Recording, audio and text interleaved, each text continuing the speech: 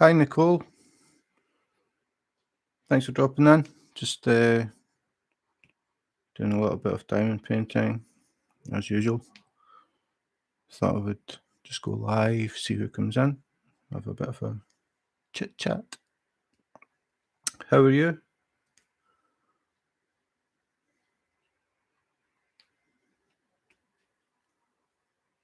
Hi, Gail. Good afternoon.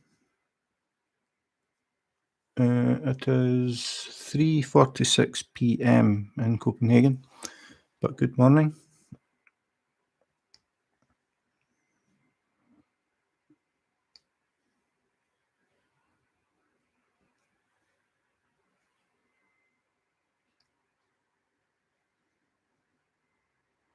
I'm just double checking that I'm doing the right one. Hi, Angie. So I'm still working on this Victoria's Moon that I unbagged a couple of days ago.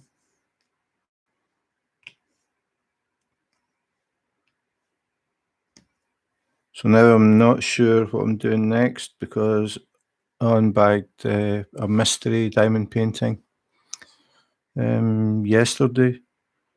I'm tempted to start on that once I finish this. So the diamond painting gym one is on hold at the moment.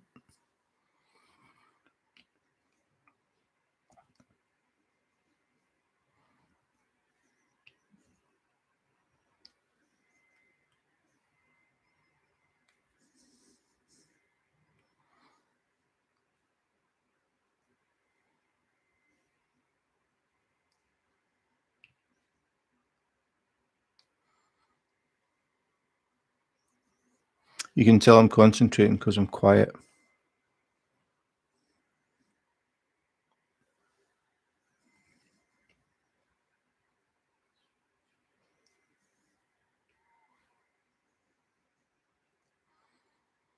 So have you thrown out any furniture yet, Angie, to make room for a decent table?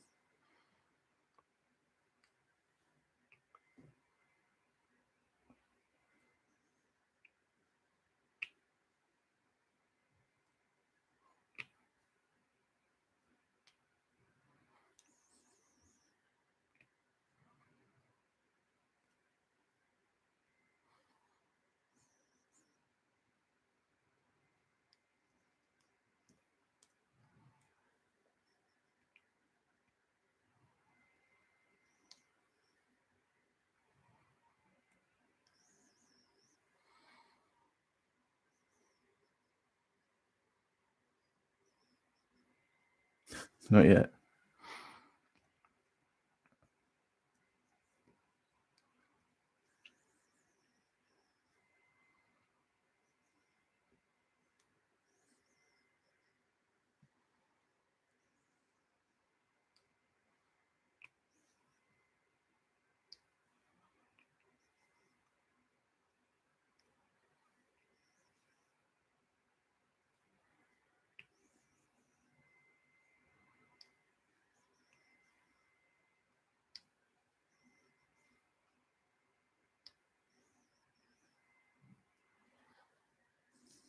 Hi, Rosandra. Welcome back. Seems like only yesterday.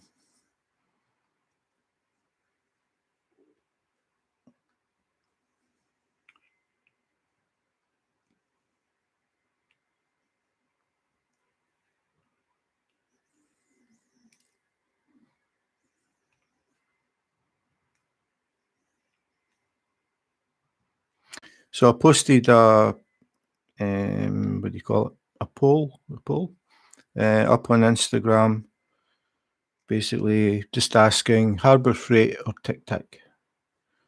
So I'm going to see how that ends up. I think I looked pretty early on. It was 80% for Tic Tac boxes and 20% for Harbour Freight. But I'm pretty sure that's going to change as America wakes up.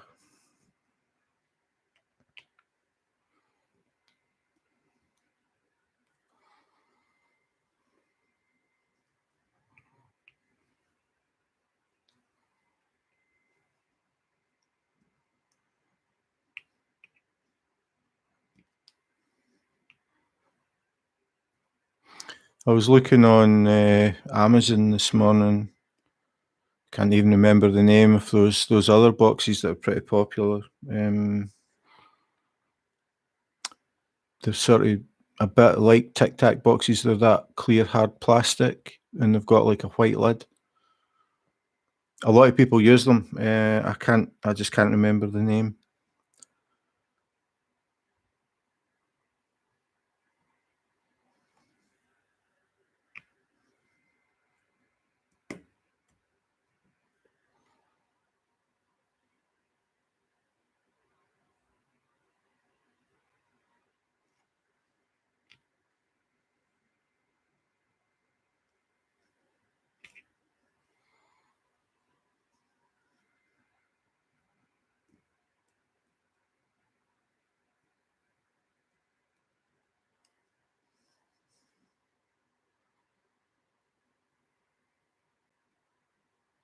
We've had a tiny bit of snow in Copenhagen. We're just not getting snow like we used to get it. Oh, little round containers, yeah, I've got some of them. Mike from Smith Speeds sent me a sample pack. I think there's 5 in it. I've got plans to do YouTube videos about the different containers, the pros and cons, pluses and minuses. To be continued, basically. Hi, Stella. Thanks for dropping in. Good afternoon. So yeah, the more I think about all these things, the more I start thinking of things to do for videos. So I'm getting quite a list of ideas. Getting the time to actually sit down and do them is a totally different thing because I'm trying to continue with the diamond paintings at the same time. So now I'm doing this one because I got this from Victoria's Moon a couple of days ago. They sent me it as a freebie. Just asked me if I would. They said that they had seen the YouTube reviews that I was doing, and they asked if I would be interested in doing one of theirs.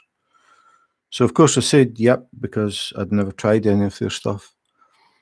I told them I would probably do some WIPs just to let people see it in progress.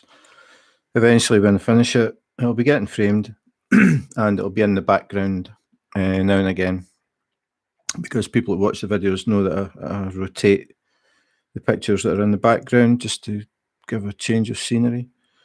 So this one will be going up and you can have a look at it from a normal viewing distance instead of this close up. So I thought I'll start it and get it done, basically. So I've stopped the diamond painting gym one, but then I ordered a mystery diamond painting and it came yesterday and it's pretty small. So now I'm thinking I'll finish this one, I'll do the mystery one, and then I'll go back to the diamond painting gym one. I think that's going to be the plan.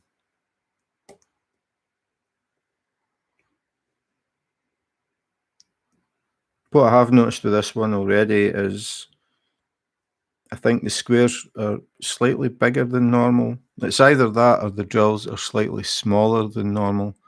Well, you see it more with the light pad on, but there are a lot of gaps. But I know it really doesn't matter, and this is something that people get hung up on. I can see gaps. I would rather have small gaps. That's a bad one. I would rather have small gaps because that way I know they're not going to pop. And from any distance, you can't see them. If you look at the size of the gaps on round drills, and you don't even notice them. So I'm not worried about it. I'm sure that once it's on the wall, it's going to look pretty good. At least I hope it is. But we'll find out. And again, when I'm doing this, I know that I'm talking to people that have been doing this a long time, and I'm not telling them anything new. But it's more for the sake of people that might come in and watch the replay, or people that might come in that are new to diamond painting. Obviously, that can happen. But if anybody's in watching the replay, it's more for them. Don't panic about the gaps. They really don't matter. Yeah, that's it, Angie, exactly. As I said, I know that the people that are tending to come in, the names I'm starting to recognise, everybody diamond paints, and we all know that. But I think it's definitely worth mentioning it, because I know that people get worried about it. I can see gaps. It's a mess. It isn't. I really would prefer to see small gaps than not see any gaps, because if you don't have any gaps, the drills are going to pop and it's going to be a nightmare. So there's a little bit of play when there's a gap. And I mean, these gaps are what, 1 millimeter? Yeah, definitely, Angie. I would agree. It's just that I think people expect them to be absolutely perfect and no gaps, but the physics of it, it's actually better to have a small gap. In fact, if I took one drill, if I finished this picture and took one drill out of it and put it in the wall, nobody would notice it was missing. And that's a whole square. So I know it's easy for me to say, but I mean, I see it a lot that people are worried. I always tell them, switch the light pad off and stand up, take one step back and look at it. And it goes from a mess to being perfect, just like that.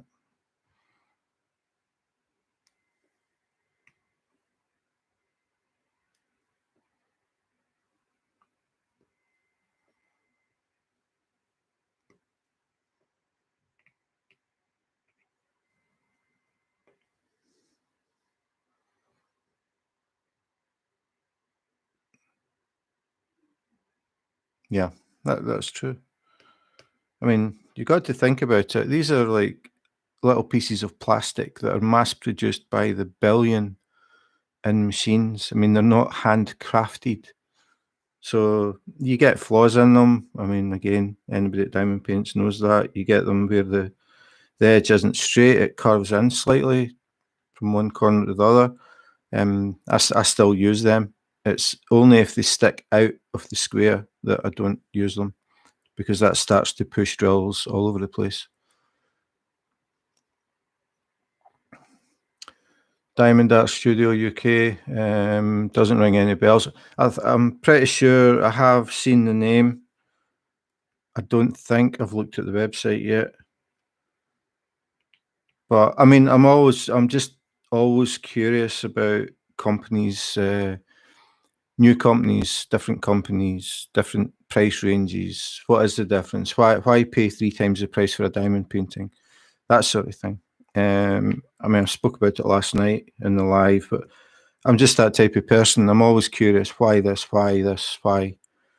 And I'm just as bad with the diamond painting, and that's why I've ended up with four different types of containers, because I hear people talking about Harbor Freight.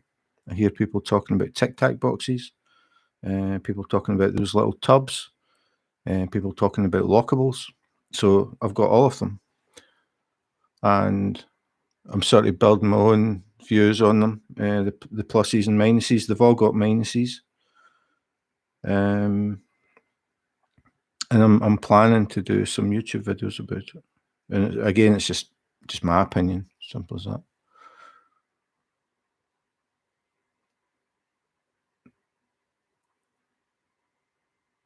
Right, Lisa. Okay. Yeah, I mean, like I said, I'm always curious, but I do have. I don't know.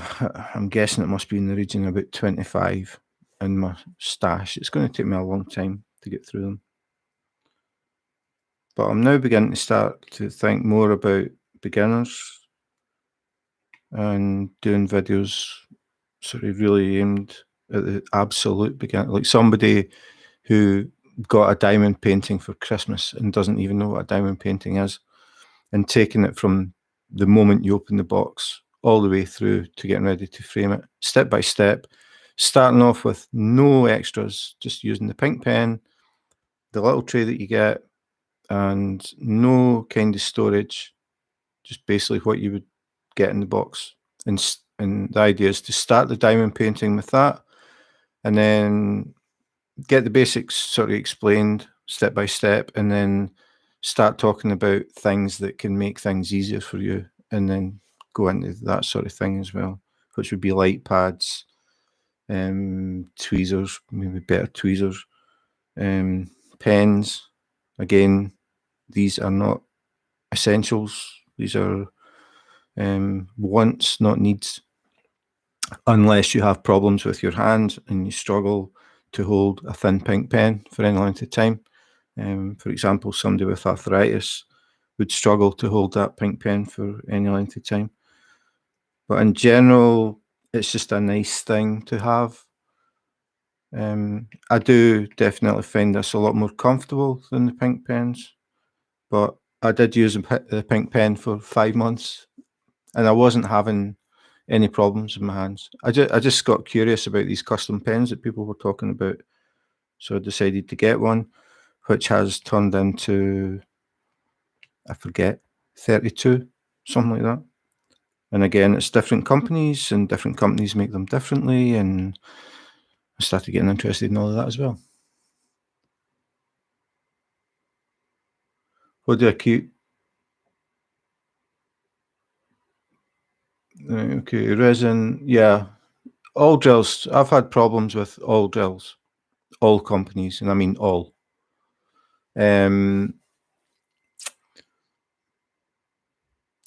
What do you keep your drills in when you're working? This one is a bit different because when this one came, the bags are already labelled, which I think is ideal for beginners.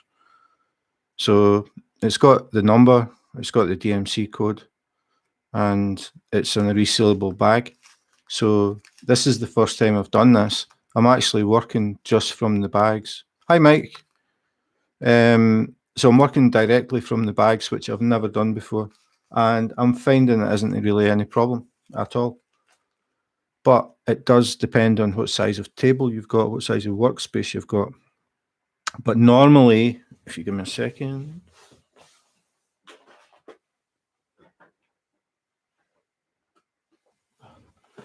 Normally, I work from Tic Tac boxes, and I have to, because the diamond paintings that I'm doing at the moment, not this one, but the customs that I'm doing, they have in the region between 80 to 90 colours. So I need a lot of individual boxes, but I don't want them to take up a lot of space on the table. So I use Tic Tac boxes. And again, I'm going to be doing a video about the Tic Tac boxes, and maybe explaining a system to use them where they actually work a lot better. People complain a lot that they don't hold very many drills. They hold about 800. You can get 1,000 in them, but it fills them right to the brim. So I don't really do that. Normally it's 4 of the very small bags, which is about 800. But the thing is, you get 64, so you can have up to 64 colours just if you've only got one box. Whereas if you're using Harbor Freights, you'd need to buy 3 boxes to get the same amount. Then it takes up more space on the table, and it's sort of, especially if you're working in 90 colours, then you've got a lot of boxes on the table. So I'm going to do a video comparing Harbor Freight and Tic Tacs, and I'm going to do one specifically on Tic Tacs and how I use them and the way I work them. Again, this is for the ideas for beginners, and again, everybody comes up with their own system. I'm not saying I'm right and everybody else is wrong. Far from it. It's just an option explaining why I do it the way I do it, and people can make up their own minds. Simple as that. And we were talking about that last night in the live, that there is no definite, this is the way that you do diamond painting. We all vary things, and it works for us. And I think the more people that do YouTubes and talk about the way that they work, it helps. I mean, it's confusing for beginners. That's the problem. But they can sit and watch a video and think, yeah, yeah, I like that idea, or I'm not so sure about that, and they can make their own mind up.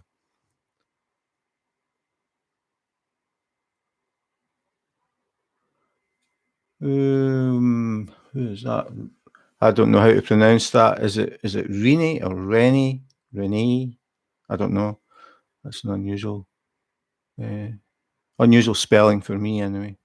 But thanks for dropping in from Sweden, our neighbours. Sweden is directly next to Denmark.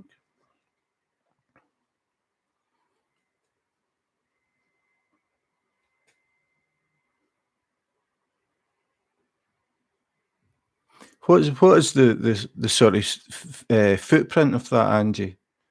See, the thing is, it's like I'm sort of trying to balance like how many colours I can get and how much space it takes up on the table.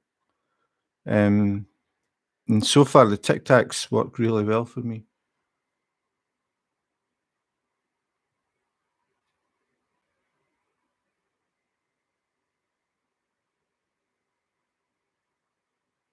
Is that me you're talking to, Lisa? I'm behind them again. I'm not keeping up with the comments, but if it is, thank you, Renee, as in like French sounding Renee.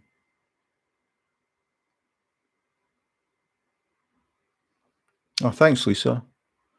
I try and do them as honest as I can, and you'll notice if you watch the YouTube videos, I don't edit them. I just do them, and I don't like watching videos where they keep chopping things. Every M and and goes in there. When I was doing that review of the Victoria's Moon, at the very end, I forgot the name of the company. Just for a split second, I was like, but I kept it in. I just like to make things real. I don't want it to be perfect, professional. I'd rather get across the point that it's just a normal guy just doing this hobby and talking about things.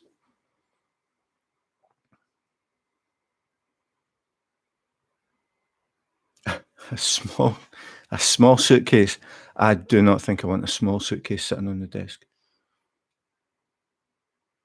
Yeah, that wasn't just put in for a bit of fun. That was that actually happened, Rosandra. It's just like at times I'm because it's not rehearsed. I don't plan it. Well, I plan it to a certain extent, I suppose. Like obviously, I open the box and go through it, but I don't make notes. I don't have any notes written anywhere to remind me to mention things. I just go and I just do it, and they tend to be slightly different every time, and I like that. It's not like robotic. Because, I mean, when you think about it, basically it could be, it's here's the box, open the box, here's the drills, look at the drills. It's the same thing again and again and again, being realistic about it. But I don't know. I enjoy doing it, and I hope that comes across. And I have been. Somebody did mention. I mentioned this last night, but somebody did mention that in one of the videos I took about 10 or 15 minutes just to go through the goodie bag. And I thought, well, when I do that, I'm doing it for absolute beginners, because there's always going to be somebody that comes into that video and it's the very first diamond painting video they've seen. So I take the time to go through everything. And I know that the people that know what the goodie bag is, and everybody knows what you get in it, you can just skip it. You can just fast forward. And you can fast forward the unboxing until maybe, I don't know, whatever bit you want to see. I mean, that's the beauty of YouTube. And then if you don't understand the Scottish accent, you can rewind it and play it again and again, or you can maybe watch Braveheart a few times and you'll begin to pick it up. But again, it's like, for me, I'm trying to help people get into the hobby. I find it a really interesting hobby, a really relaxing hobby. And the more people that do it, the better. But I want people to enjoy it, and I don't like it when people are getting stressed because, oh look, that gap there is bigger than that gap that side, and I've only done 50 squares. This is going to be a mess.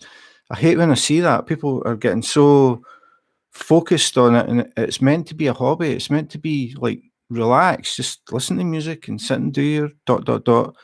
And when you finish it and switch the light off and step back, it's going to look perfect.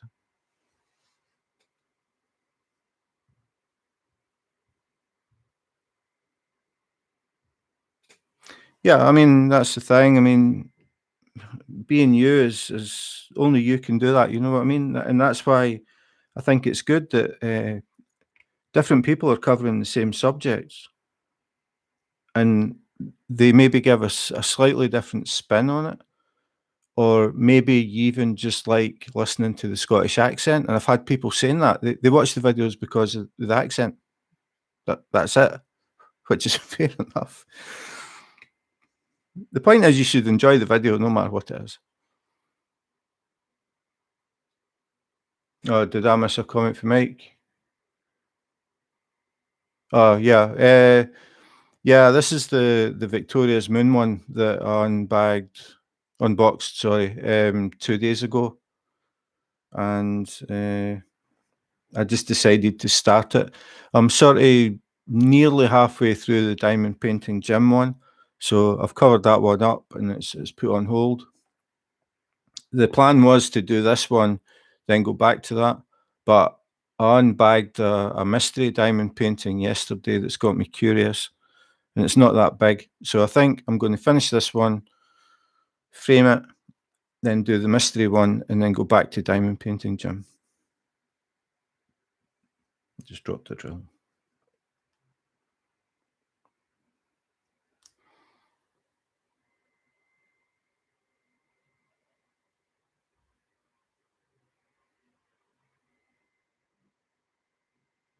Yeah, I think the Victoria's Moon was 2 days ago, and the mystery one was yesterday, Angie.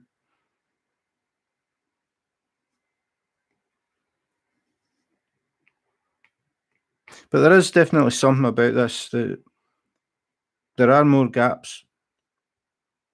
And I get the feeling that the drills are smaller, but they can't be. I mean, they're a pretty standard size, aren't they?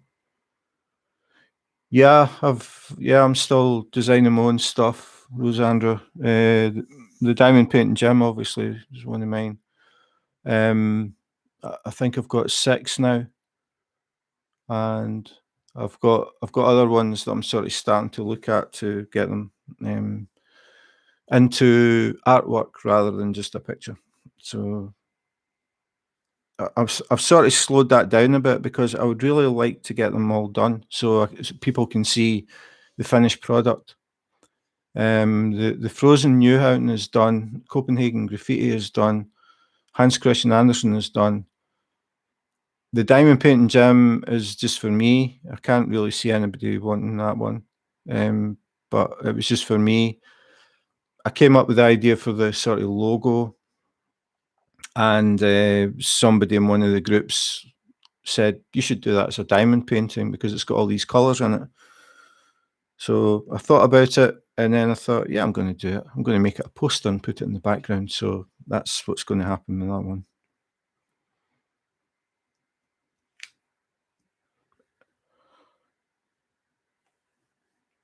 And then I came up with the idea of doing cover minders. Again, that was just my own curiosity, but I did just getting one. I did cover minders, so I've got a few of these, and some are on the way to some people, and you know who you are. So these are cover minders. You've got the little magnet in the back, and then the other magnet, just in case anybody's new to this, and you put the canvas in between the magnets, and then you could put the canvas in between, and when you fold the cover back, you use the magnet to hold the cover so it doesn't flip. But I use mine for the key. I use placemats, and what I do is I put the key on a placemat, and then I use a couple of these to basically stick it to the placemat, and then I can just pick it up and move it. And the reason I do that is to make sure that the key will never ever get accidentally knocked onto the glue. The wind will not blow it or anything like that, which happened to Tammy. I think the most common thing that happens with the glue is that people drop the key on it. So I use cover minders to hold the key in place.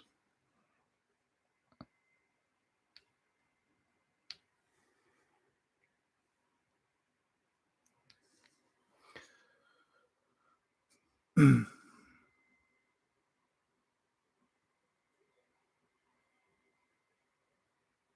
I'm just looking back.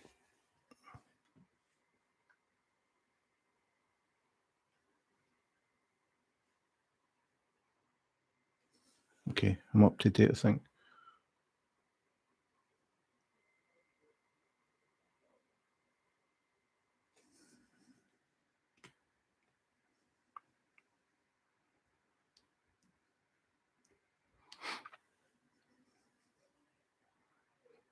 In case anybody's wondering where Tammy is, she's in the living room with her youngest daughter watching a TV show called Naked Attraction. I don't know if anybody's ever seen it. But I have to mention that her youngest daughter is 21. She's not like a little kid.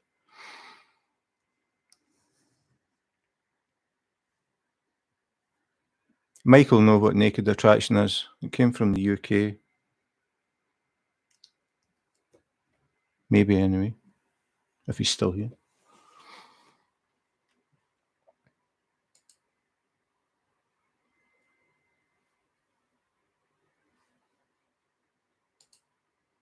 No, he's gone.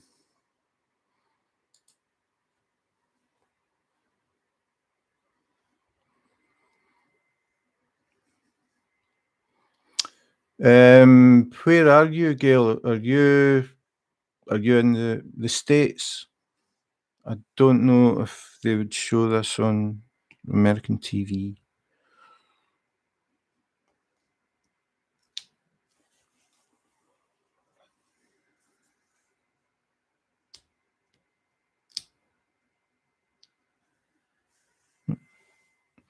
I'm sorry, messed up my system because I've got my laptop sitting in front of me. Yeah.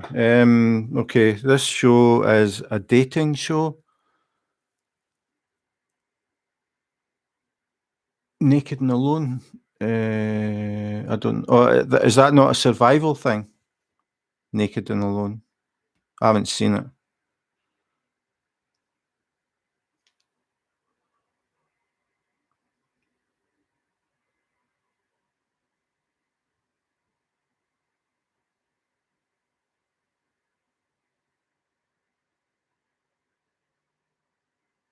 Yeah. Right. Okay. This is different. This is a dating show, and what it is you have one person who has to choose a date,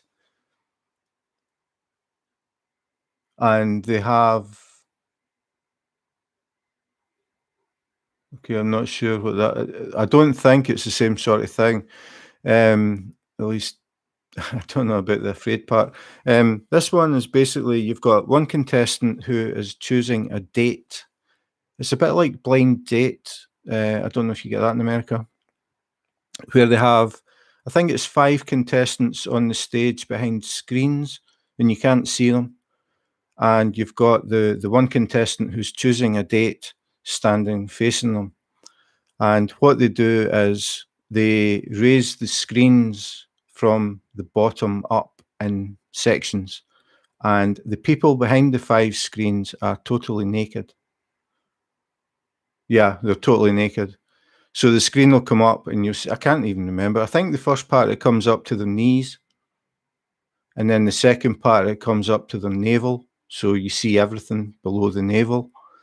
And they kick out a contestant at that point. They decide which one they don't like without talking to them, just by looking at them. And then it goes up to neck height, and then eventually you see the full person naked. And then the person who is choosing the date goes away and comes back totally naked. And then they go for a date where they're both fully clothed. And then the next week they come back and talk about the date. So it's like blind date with no clothes on.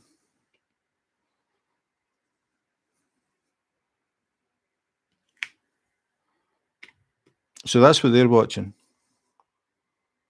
Yeah, Naked Attraction, that's it. It gets boring really quick. Like, really quick. I think it's just because 'cause I'm getting old.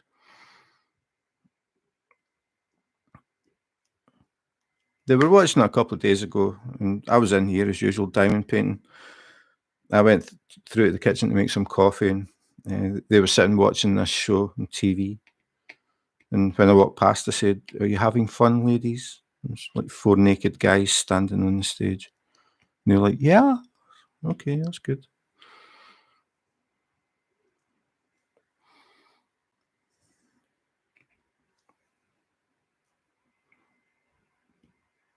The thing is, because it's TV, they try and get the most sort of unusual people, and like they're always trying a new angle to get something a bit different, because you can only watch it so many times, and the novelty, the sort of shock value disappears really fast.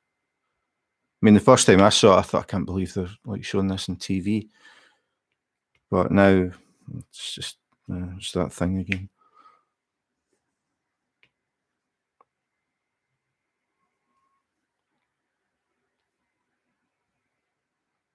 I mean, it's definitely not a big deal in Denmark.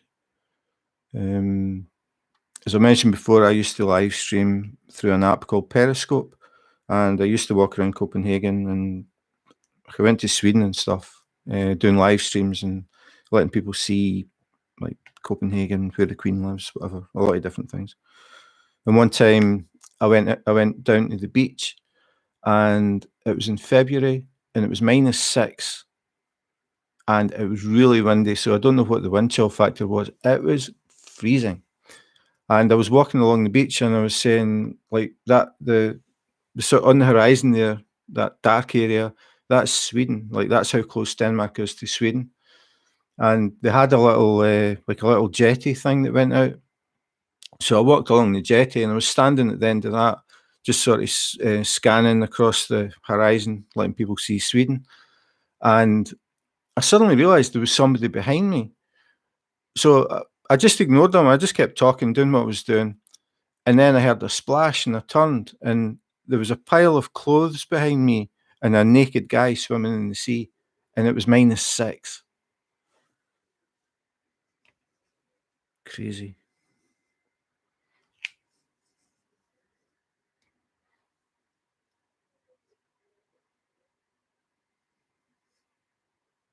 Hi, Tia. We're fine, thanks. How are you? I'm just sitting diamond painting while Tammy watches naked people on television. We can talk about that on Saturday, Angie. This has become a thing. Yeah, I take it they do that as well in Sweden. It's very, very common in Denmark for especially elderly people to go for a dip in the sea when it's like below freezing.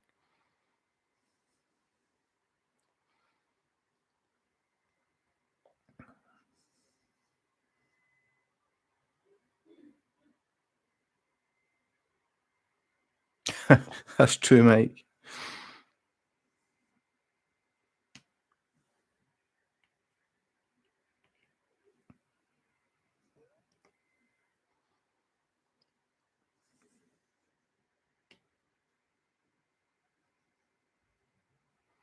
Yeah, I was going to say that this has become a thing now.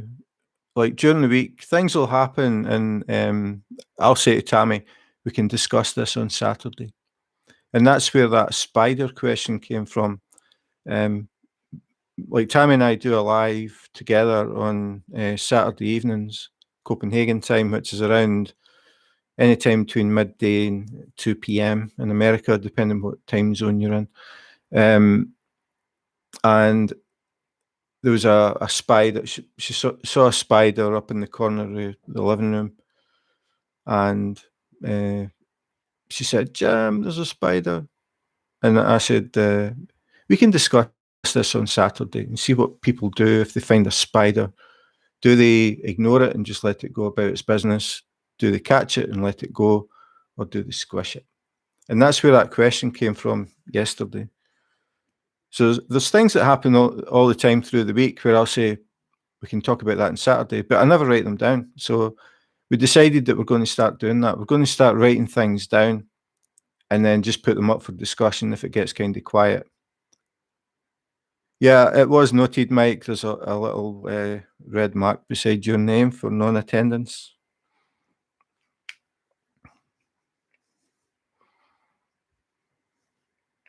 Gail was there. Rosandra was there. Angie was there.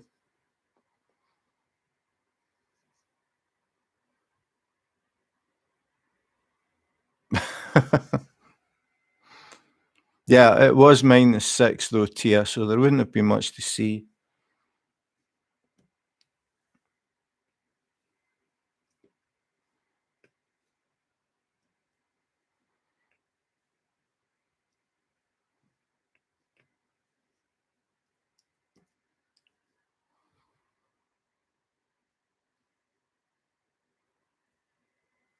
Uh, we were talking about that.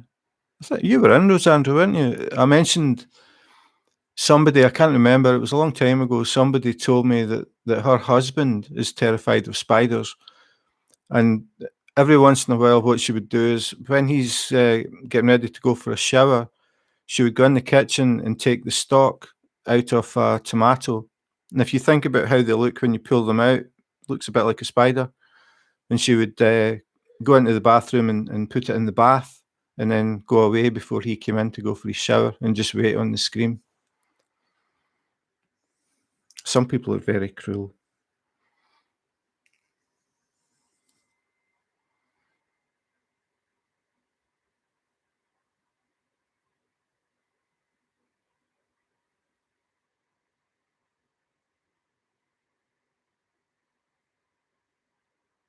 Yeah, it was somebody that I knew a long time ago. I can't remember that said she told me about it.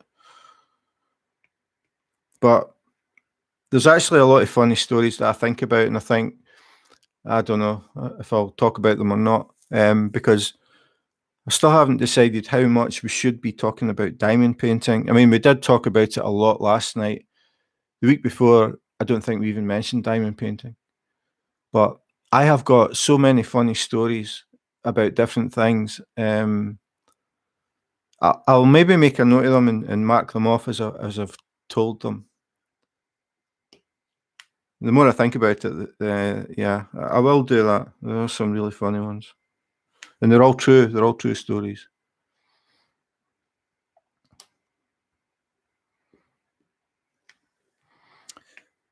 I used to do public talks in Scotland for 16 years. And through that, I met a lot of people, and I've just got a lot of funny stories.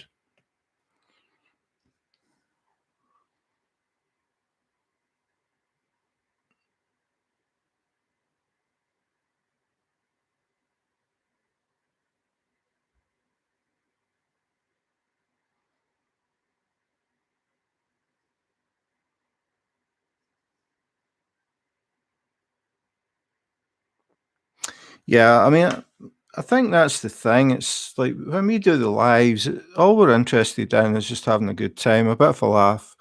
And I mean, obviously, we'll talk about diamond painting. If anybody's got any questions or anybody just wants to talk about what they're doing or anything like that, because everybody's interested in diamond painting.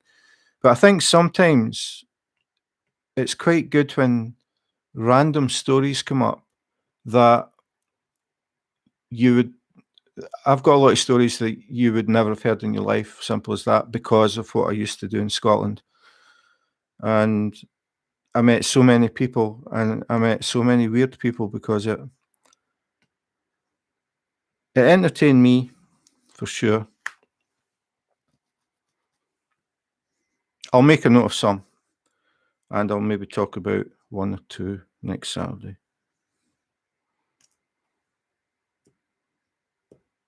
Or maybe I'll talk about one just now. I'll pick a short one. When I lived in Scotland, I used to volunteer at the SSPCA, which is an animal shelter where unwanted and neglected and lost animals go. So they have everything from goldfish to horses. I mean, everything. And I used to go up there and help on days off because I worked a really weird shift pattern. And once every 6 weeks, I was off for a whole week. So I would go up there and help. And one day I went up and I went in and I was just taking my jacket off. And the manager came in and said, if anybody asks you about the man-eating rabbits, don't talk to them. And I thought, what? I said, man-eating rabbits? And he said, yeah. He said, what it is there was an old man in Edinburgh who died in his living room, sitting in a chair, and he kept rabbits in the house that had free rein. And he had died and been there for days, and the rabbits had started to eat his feet and his shins. And the story had got to the press, and they were talking about man-eating rabbits. And the place that I went, that was where all the sort of neglected and whatever animals went. So they were expecting the press to turn up to start asking about these man-eating rabbits. So I said, do we have them? And they said, yeah, they're in one of the stables. So I went over and had a look, but they were just normal rabbits. But he had I forget how many, he had a lot of rabbits. But that was just one of the short stories. I've got better ones, believe me.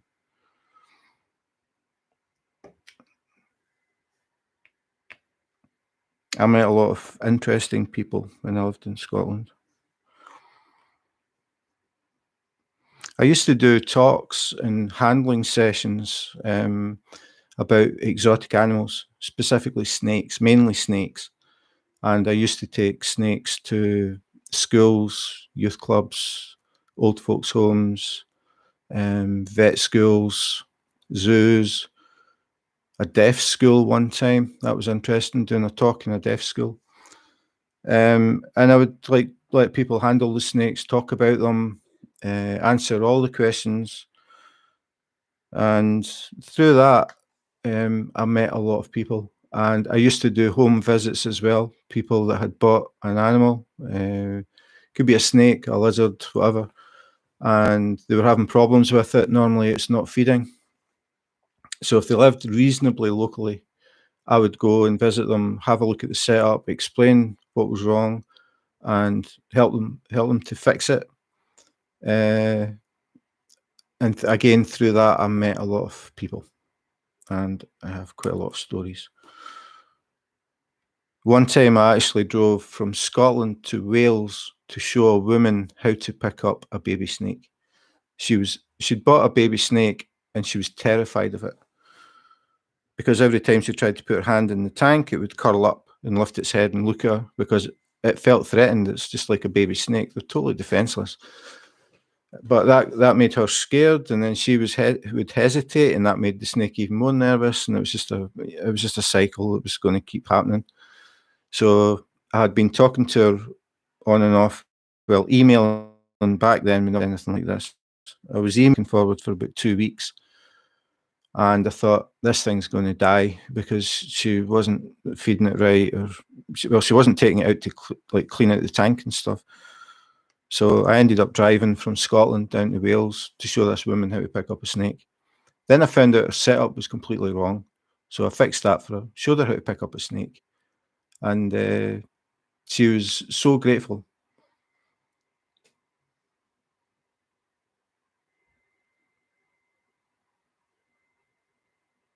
Yeah, I mean, honestly, I could talk about this for hours, the things that happened.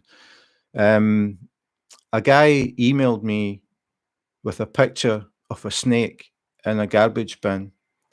And he said he was in America, and he said, I came into the office this morning and this snake was here, and I managed to pick it up and put it in a bin and take a picture.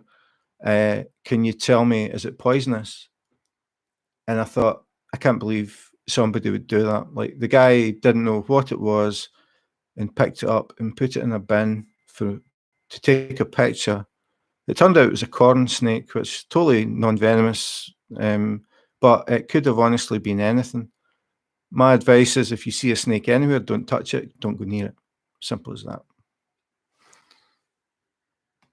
Even non-venomous snakes will bite. And all they're doing is they're just trying to defend themselves. They're not evil like some people think. But I did that sort of thing for 16 years. So you can imagine the number of stories that I've got.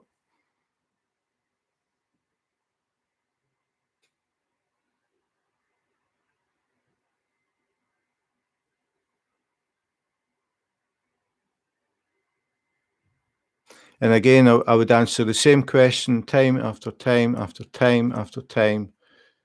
But the thing was, every time I was asked the question, it was a different person. And that sort of reflects, like, every time I do an unbagging or an unboxing of a diamond painting, I go through how to flatten the canvas, and I do it all every time. Explain the corner thing, touch it, make sure it's not sticky. And I do it again and again and again and again, because I know there are new people watching it, and it's for their benefit. And I know that a lot of people know all this, and they'll just skip it, which is fine. I'd rather have stuff in a video that most people aren't interested in, but there's a chance that just that one person might learn something from it, and that's the reason that I do it.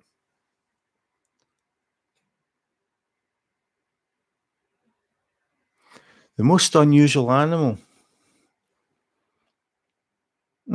That's really hard to say, because, I mean, they had basically everything.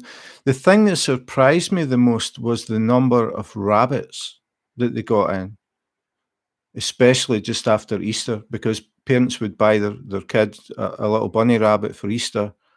The kid would promise to clean it out and look after it, wouldn't do it.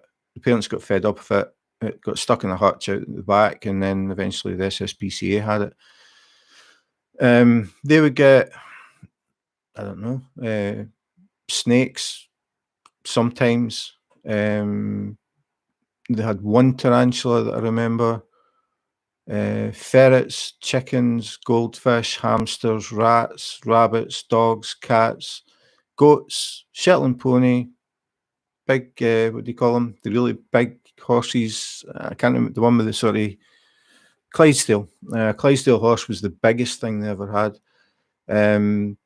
Lots of different breeds of dog.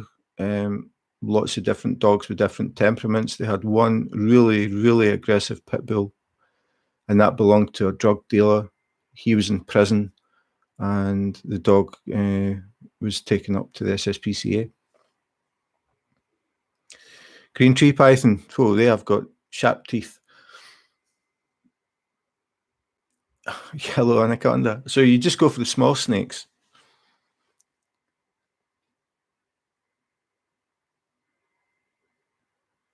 Chinese water dragons, yeah, they're cool. I've got lots of stories about the giant snakes and things that went wrong.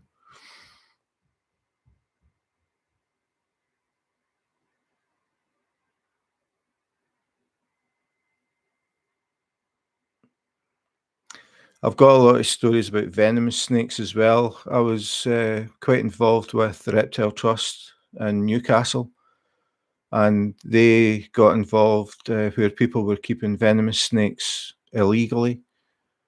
And they would go when they got a tip off. The Reptile Trust would go with the police to identify the snakes, because basically the police wouldn't know the difference between a rattlesnake and a corn snake.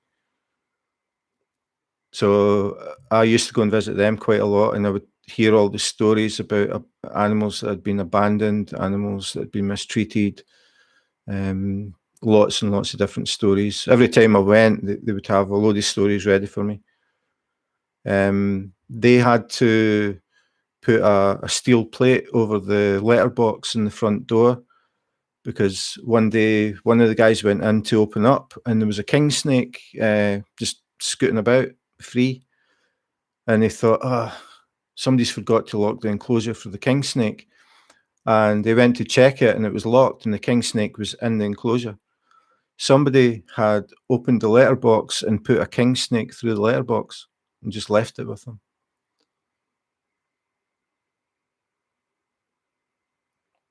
We've got a corn snake. I've still got one snake. But I used to breed snakes. I had a lot of snakes, a lot of different species. I used to breed them, and it was all out of curiosity more than anything else.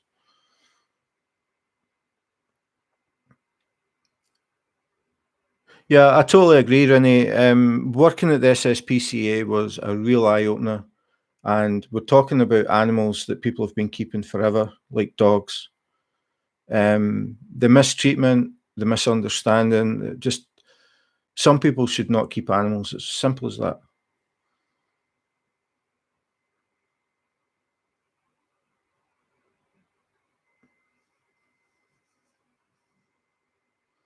Yeah, the banded king snake. Yeah. I had. In fact, I don't know. I might still have them somewhere. I've got pictures of a young, year-old Californian king snake um, biting me, and I've got a whole story about how that happened and how I got it off. But yeah, that's. I don't really want to get into that because it's like, honestly, I could talk all night about snakes and stories about things that happened. But there's one in particular. I'll talk about it on Saturday if it goes quiet. I'll talk about it because I know a lot of people aren't interested. They're maybe just in because they want to talk about diamond painting, which is fine. I mean, that's the whole point. But I quite like now and again just to branch off into random stuff. I like that sort of thing. Where we end up talking about stuff that we had no idea that was going to happen. That's what I enjoy. And I've said it before. It all depends who comes in, who joins in the conversation, because it's going to be very boring if it's just me and Tammy sitting and nobody's talking. It's like sitting in a doctor's waiting room.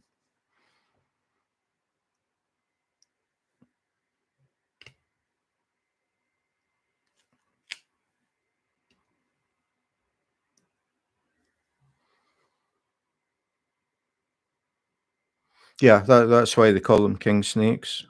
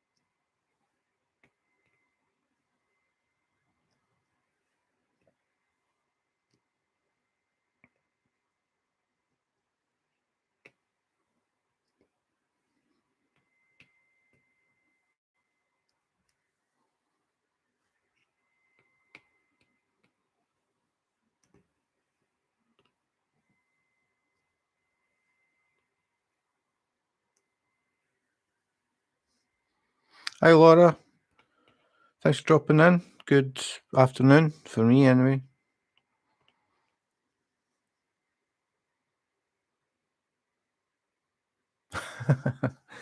Yeah, the thing is, I never know if people. It's kind of hard to tell if people are enjoying the stories or not. So I don't really want to talk about the reptile stuff all the time. Um, I like to maybe drop in the occasional story. I think that'd be the best way because I think you're going to get people that are not interested and then they just get bored. That's why I like it when people like talk and chat and maybe ask a question about something, and then I know that we're talking about something that's at least one person wants to talk about.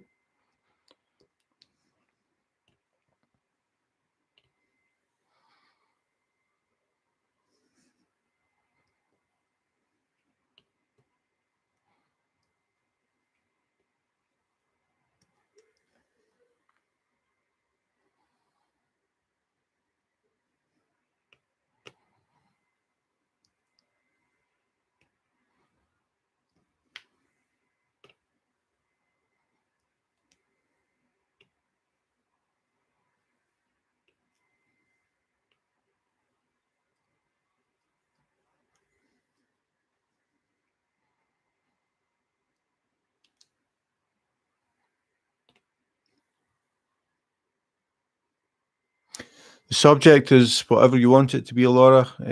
Like all of these lives, I am totally open to whatever people want to talk about. We've just been talking about reptiles and animal husbandry and that sort of thing. But yeah, it's always anything. If somebody's got something they want to talk about or ask or whatever, feel free, and we just take it from there. The only thing that I don't really want to talk about is, or two things that I don't want to talk about are politics and religion, because I feel that all you're doing is going around in circles all the time.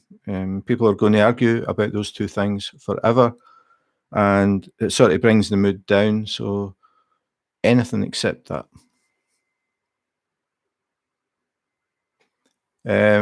Tips for picking up spilled drills: don't spill them. I've seen those little vacuum cleaner things. I don't know if anybody has one, but I don't know how effective they would be. We're lucky because we've got like wooden floors, so if we spill stuff on the floor, it's easy enough to pick them up. But it's people that have got like thick carpet, and I have seen some pictures in the groups where people have like dropped a whole like box, like, and it's tipped out, and it's like sometimes it's multiple boxes, and it's like multiple colors all over the carpet.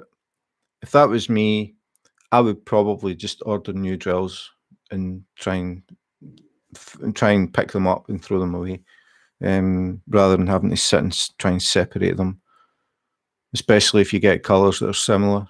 To me, it's just too much of a headache. And I mean, drills aren't expensive. The postage is probably going to cost more than the drills.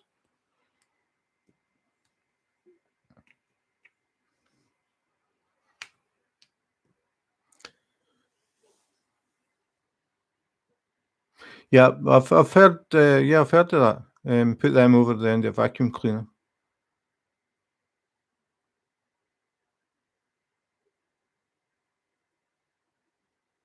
But I mean, when I spill them, I mean, I only spill them on the table, and it isn't usually very much. It's when you drop them on the glue that's a bit annoying. That's the most time that I'll use tweezers.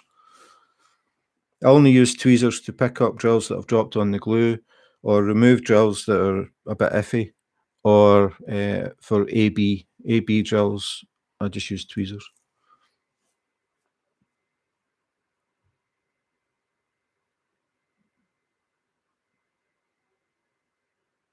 A brush on one side and a pickup tool on the other. Okay.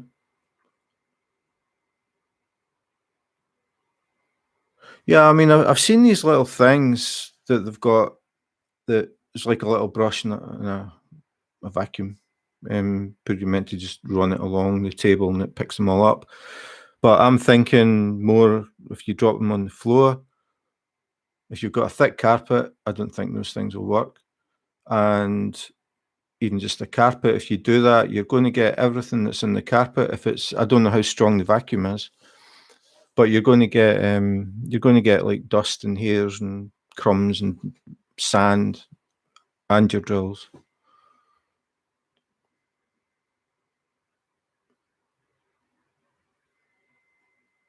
Yeah, that's the thing, Laura. You don't really want to talk about it too much because you're tempting fate. But I've sort of thought about that because just now I'm working from the bags, which I never do. Um, so this kit that I got, the bags came like this, so they're already numbered and labelled. Like they're numbered and DMC number, and it's a sealed bag. So rather than putting these all into Tic Tac boxes, I thought I would try just working from the bag, and it's all because I'm planning to do an absolute beginners. Well, it'll be a series of absolute beginners YouTube videos from the very, very beginning, and not having any accessories, not having any storage boxes, not having a light pad, not having a fancy pen, not having a big tray, just the basics, what you get in the kit, and working with it. So I thought I would actually try and sit and work from the bags because I've never done it. When I started, I I got the Tic Tac boxes with the order. I got the light pad, and that was because I had watched YouTube videos. I watched quite a few YouTube videos before I even bought anything. And I'm glad I did. I'm really glad I did. Because I learned a lot, and it made things a bit easier than it may have been if I hadn't. Okay, Angie, that'd be cool. I get a feeling that the Facebook group over time is going to turn into an extension of these things, because it is very, very, very quiet. And if I look at people that are in the group, I can see they're in a lot of groups. So a lot of the groups have got like thousands of members, hundreds of members at least. And I think we've got 99 at the moment. And I noticed nobody really chats in it. I don't know if it's because I don't, but I'm busy doing other stuff. And it's sort of, the Facebook group is there. If people ask a question, like it'll get answered. But I feel that nobody's really that interested in it. They're probably more interested in the big groups, which is fine. But I can see the Facebook group turning into an extension of this, where we can go in and we can talk about what we were talking about in the lives and that sort of thing, and do what you're saying, Angie. We'll talk about stuff, and then you can post pictures of what you were talking about, and then we can see it, and it sort of ties in with this thing. And I think that makes more sense. I mean, there are hundreds and hundreds of diamond painting groups. So I think that's maybe how things will go looking forward.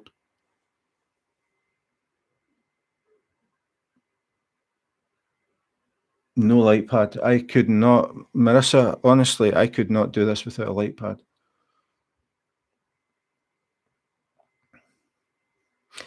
But the thing is, like you said, the whole point is to enjoy it. But I would not enjoy doing diamond painting without a light pad. Yeah, so that's nice and easy. The first diamond painting I did was a 60 by 60 square drills, and a lot of it is very dark coloured. If I never had the light pad, I would have struggled. I had so many dark browns and greens and black all in the same area. And without the light pad, I think honestly I would have gave up. Yeah, I mean, it's not really because my eyes, I mean, I wear glasses, but when I'm wearing my glasses, in fact, I'm short-sighted, which means if I don't wear my glasses, like I'll read without glasses on. I can see better without the glasses. So it's not for that reason. It's just the trying to make out dark colours with a dark coloured symbol on it. If you put a light pad under it, it just makes it so much easier to see. But I have had ones where the print quality is so bad that actually putting the light pad on makes it worse. And I use a light above the canvas, and that works better. But that's only for ones that are really bad. Everything else, the light pad is underneath. But I use it all the time, all the time.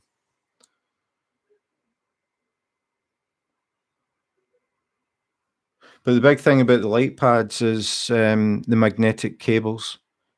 Light pads are notorious for breaking at the connector. They're very, very flimsy, and disconnecting and connecting them a lot will break the connector. The connector getting bumped will break it as well. And I use these magnetic connectors. I can't show you it because it's underneath here, but I can show you it because I've got one in my phone. So you get this little thing. It's a magnet. I'll take this out the phone. So this is for an iPhone, and it's a little connector. So you get in the pack, you get different types. So you get for the iPhone, and you get the small connectors that fit the light pads. And all you do is you plug this thing in, and you leave it in. So all that sticks out, if I use the phone as an example, if you see it side on, make sure I put it in the right way. That is all that sticks out. And then you've got the cable. which I've got tangled up. I can't show you, can't reach it. Hang on. We have a few, because we connect them up. I've got wireless headphones, and I connect it to them. I connect it to my phone. I connect it to my iPad. Yep, this one's long enough. So this is the connector. These ones light up, so you know the power's on. They don't all do that, but all it is you've got the little magnet, and if you imagine this was the light pad, it just looks the same, a little silver disc, and then you just connect. It's just a magnet. So if it gets knocked or pulled, it just separates. It doesn't pull the light pad off the table. Doesn't like pull on the connector. They're really, really good. I use this for a lot of different things, and I can use the same cable. And one side of the desk is metal, so I just stick them on that so they don't fall on the floor. Or I stick them on the frame of the stands or anything metal. Really, really handy things. I would definitely recommend them. It's a lot cheaper than continually buying light pads because the connectors break.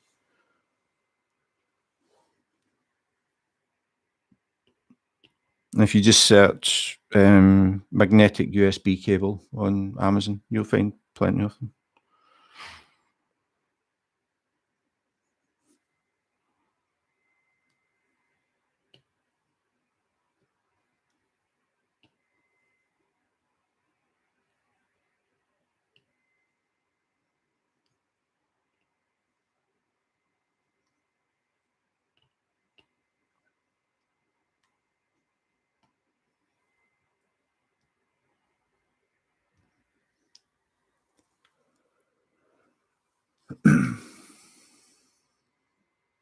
Yeah.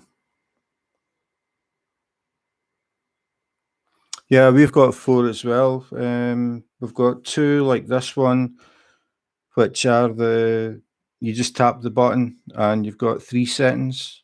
When you switch, and it's kind of weird. We've actually got 3 different types, because this is the first one I got. When I plug it in and I tap the button, it comes up the lowest setting. Then tap it again, middle, tap it again, high, tap it again, it switches off. Then I got one for Tammy. Hers works the opposite way. When you tap it the first time, it's its brightest. Then you tap it again for middle, tap it again for low, and tap it again for off. Then I ordered spares, just in case these break, because we didn't want to break the light pad and then you're working in the dark for however long it takes to get delivered. So I ordered another 2. But those ones are different again. What you do is you touch the button and hold your finger on it, and the brightness increases. Like it'll just gradually increase. You take your finger off when you get to the brightness you want, and it remembers it. So when you start again, it's set the way you wanted it. Okay, no, ours are all A4.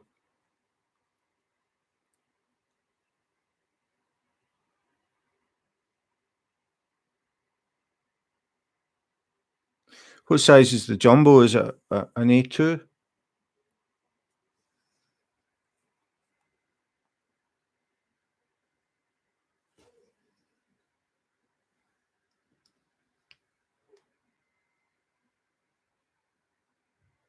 I've actually managed to finish a colour, believe it or not.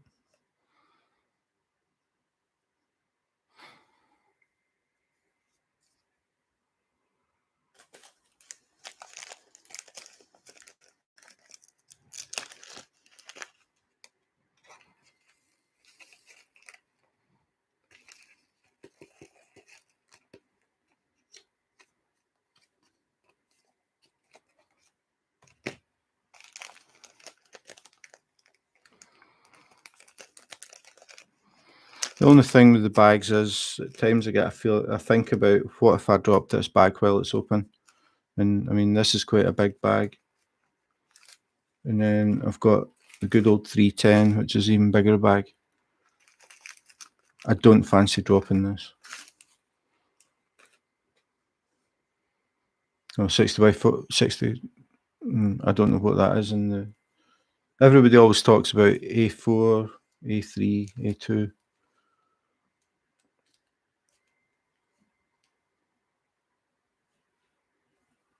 I don't know the actual dimensions of them.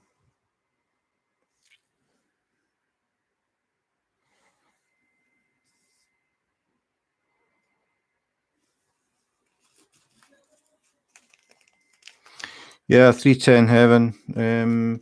I much prefer getting them like this. All the 310s came in one bag. The very first diamond paint. No, sorry, it wasn't the first one. It was the first custom that I did. It was the little thin bags of 200 that come in the big strings. I had 350 bags of 310. So I had to sit and cut open 350 bags. That's why I like the resealable ones.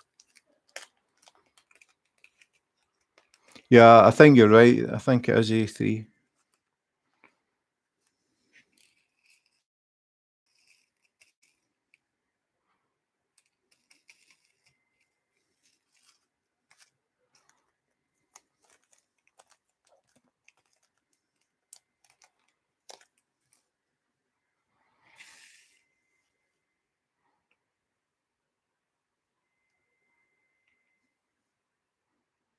All of this section here, this big bit in the middle, this is all 310.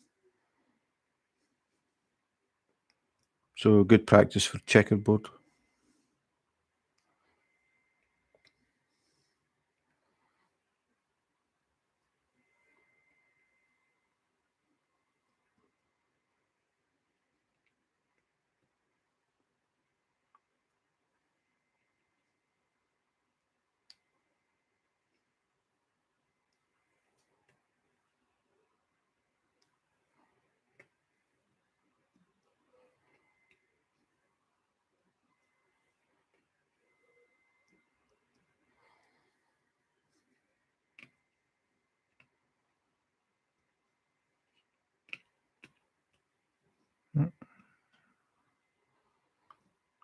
What about wax substitutes?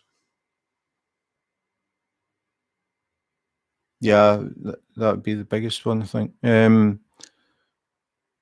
What wax substitutes? Does anybody use anything except the pink wax?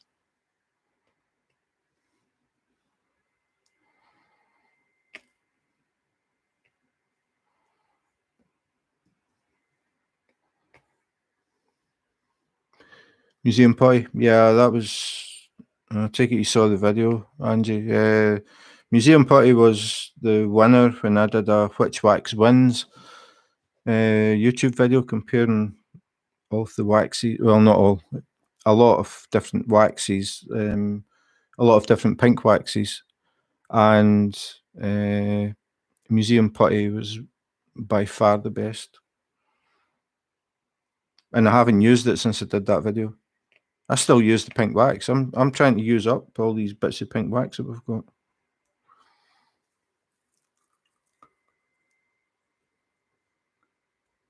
Oh, was it? So what do you think? How much better? Is it a lot better, like it was for me? What I like about the museum putty is it's kind of spongy. Like when you press down on a drill, you feel it sort of sinking in, and then when you drop it, it sort of springs back again. I think that's what makes it last longer, because the pink wax just gradually pushes its way up, back up into the pen.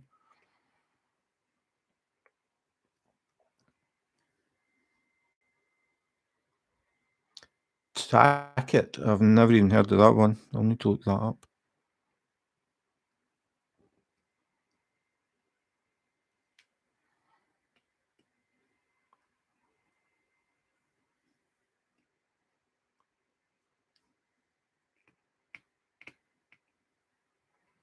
I keep seeing these adverts for this. It looks like a pen that feeds the drills. It's actually just a big syringe, and they've edited the video so it looks like they're putting a row of drills down. I think a lot of people are believing it.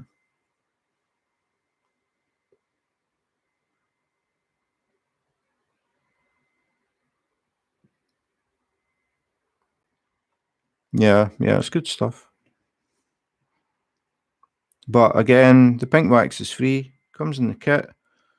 And is it really that much hassle to stick your pen into the pink wax once every 20 minutes, once an hour, whatever? I don't know. I think at the end of that video, I said that basically I don't see anything wrong with the pink wax.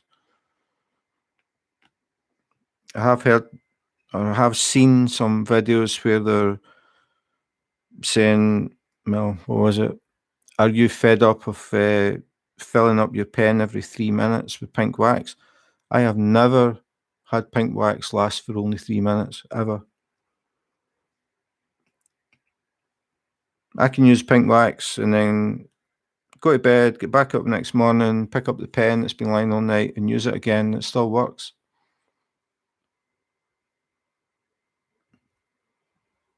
Yeah. Well, yeah. I mean, how much pink wax have we got?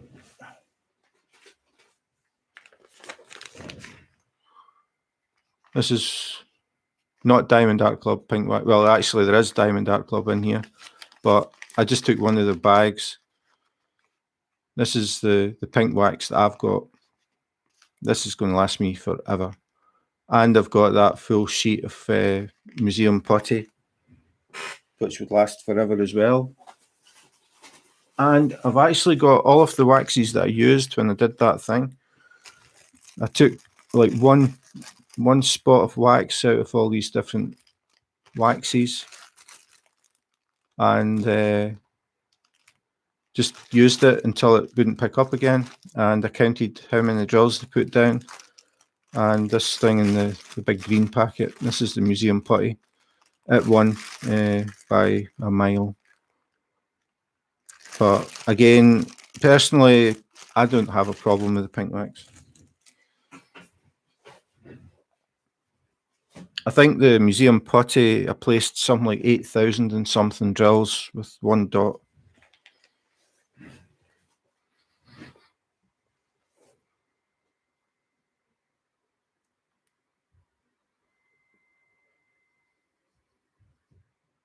Yeah, the warming up, again, I've never bothered to do anything like that. I've never really felt any need.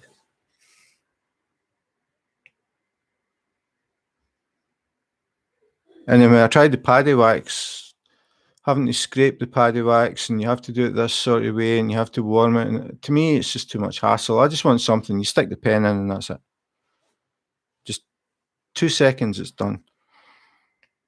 I would rather do that every 30 minutes than spend all that time just trying to load a pen. But that's just me.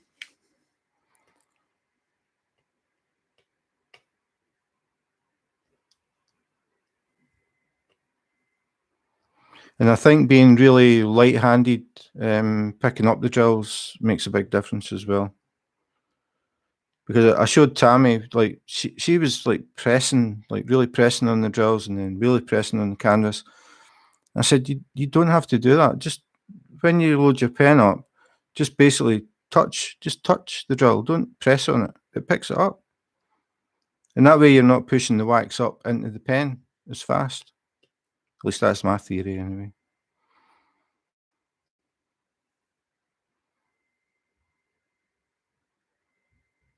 I'm on a roll. 2 colours done.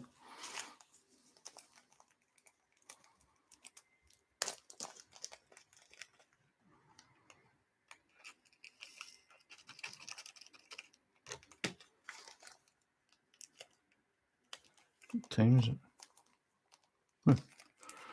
11 minutes past 5. Time flies.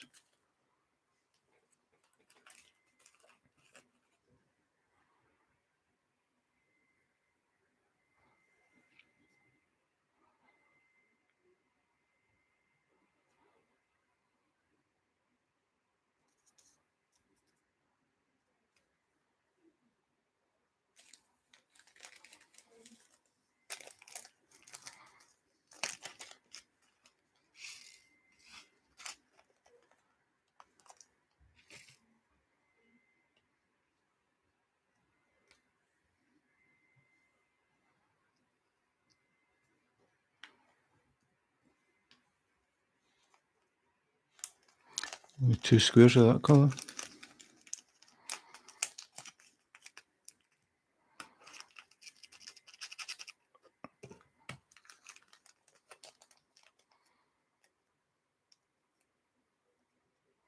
Ah, okay. Yeah. I think it really does make a big difference, if you can sort of teach yourself not to press as hard, because really you know how sticky the glue is. All you have to do is touch the glue with the drill, it'll stick to it. And then I do the final roll, put a tea towel over the top, and then use the rolling pin to get them like right settled. So yeah, I don't press. I just touch the glue, and then that's enough.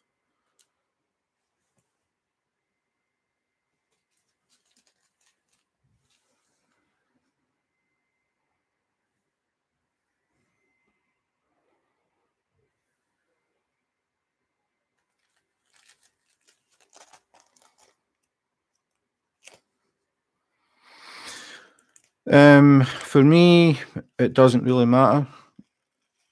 Personally, I feel that double-sided tape is stickier, but I did see somebody commenting that they thought that poured glue was stickier.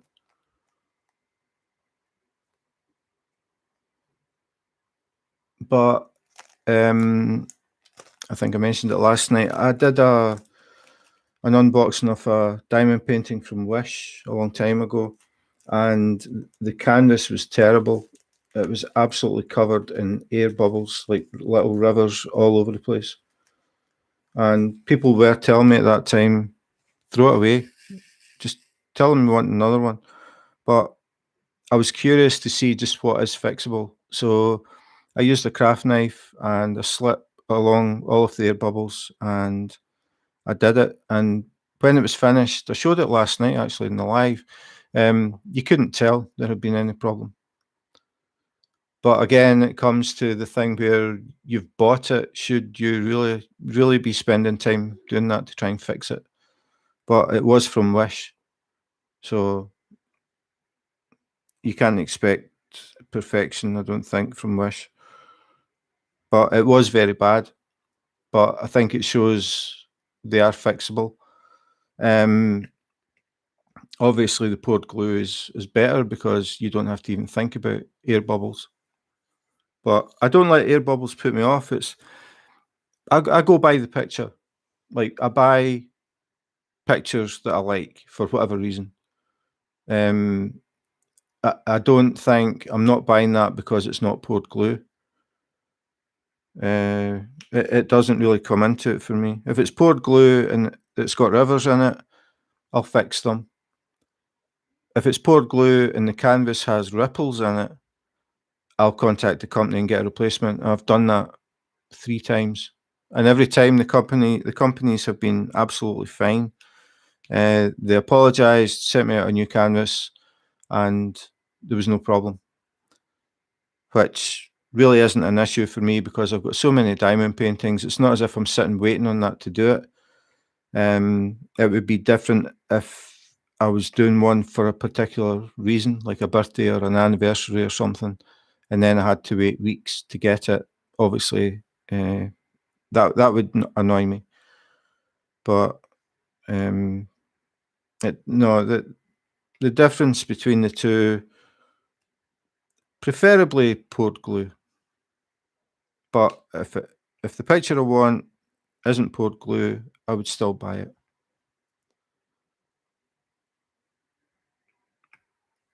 Yeah, it doesn't really bother me, Laura. But like I said, if there was a choice, I could get the same picture in poured glue or double-sided glue. I would always go for poured glue.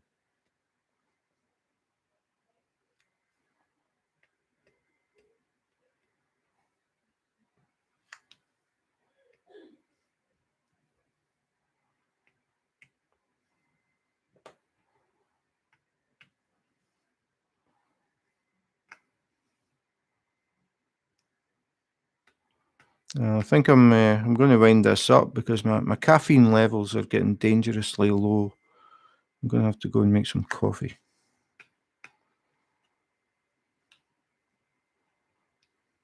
I'll just finish the typical, I'll just finish this colour. So I'll just finish this colour and then I'm going.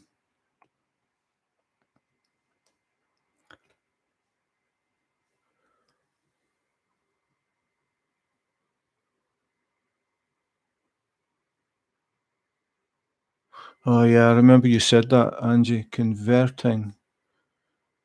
That just sounds like a nightmare to me, converting from double-sided glue to poured glue. Do you do videos, Angie? Do you do YouTube videos?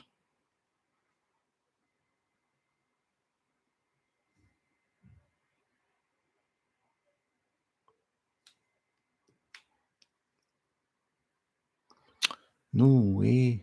How are we meant to learn? You should do that. You should do a YouTube video and show us how you do it. Show us what can go wrong.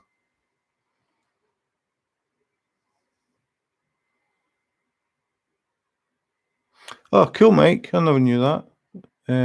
For anybody that doesn't know, Mike is the guy who does my customs. Like I've got quite a few now that I'm calling the Copenhagen collection. They're all pictures that I took in Copenhagen, and I converted them more into artwork than a picture. And Mike, he does the magic, getting them converted into diamond paintings.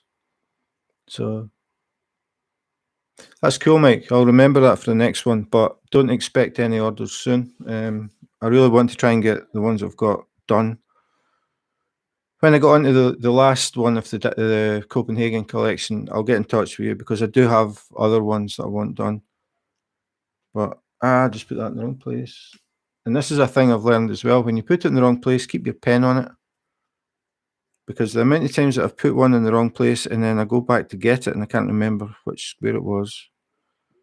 So what I do is if I realise I've done it, I keep the pen on it until I get my tweezers. And I pick it off. I put it in N, I should have put it in P. And the reason I didn't put it in P is because there are no P's left. So I am done with that colour. That would be cool, Angie. Seriously, that would. I'd be very interested to see that. And I can tell you now, I will never try it, but I would be very interested to see it.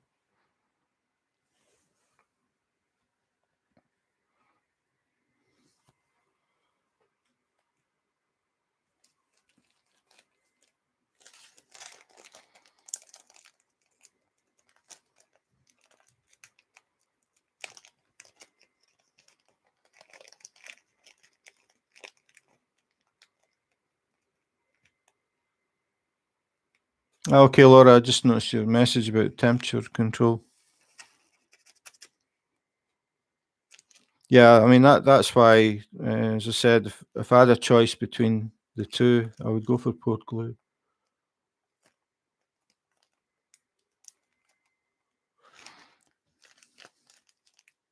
Yeah, that'd be, like I said, that'd be really interesting, Angie. I didn't even know that you could do that. Okay, just put in the bag back where it should be. Okay, I said I would go when I finished that colour. I have finished that colour. So I'm going to go. Thanks to everybody for dropping in. As always, thanks for joining in. It's a kind of quiet live if nobody talks. So it was good to see everybody again. I'm starting to get to know people. Starting to see the same names coming in, except Mike. He wasn't here last night, but we won't mention that. But yeah, so that's good to hear, Mike, about the poured glue. That's cool. So have a good Sunday, everybody, and have a good week.